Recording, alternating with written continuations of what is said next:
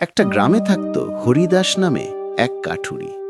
প্রতিদিন ভোরবেলা সে জঙ্গলে যেত কাঠ কাটতে। হাতে ছিল শুধু একটা পুরনো কুঠার। সারাদিন ঘাম ঝরিয়ে কাঠ কেটে নদী পেরিয়ে বাজারে নিয়ে গিয়ে বিক্রি করত।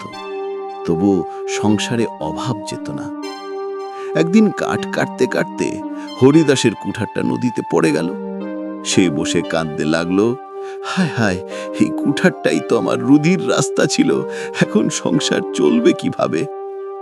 নদীর ওপারে দাঁড়িয়েছিল এক মাঝি, নাম গোপাল। সে দেখল হরিদাস কান্না করছে।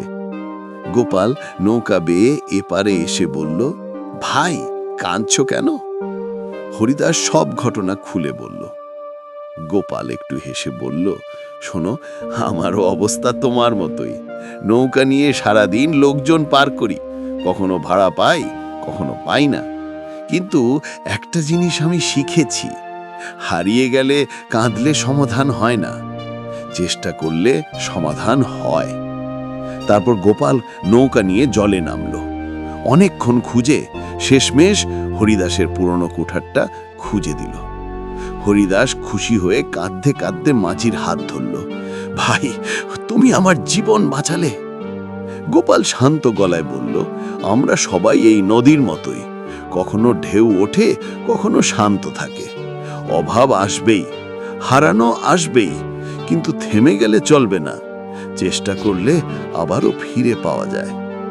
সেদিন থেকে হরিদাস শুধু কাঠ কাটত না, মাঝির কাছ থেকে শিখল নতুন এক পাঠ, চেষ্টা আর সাহস কখনো বৃথা যায় না।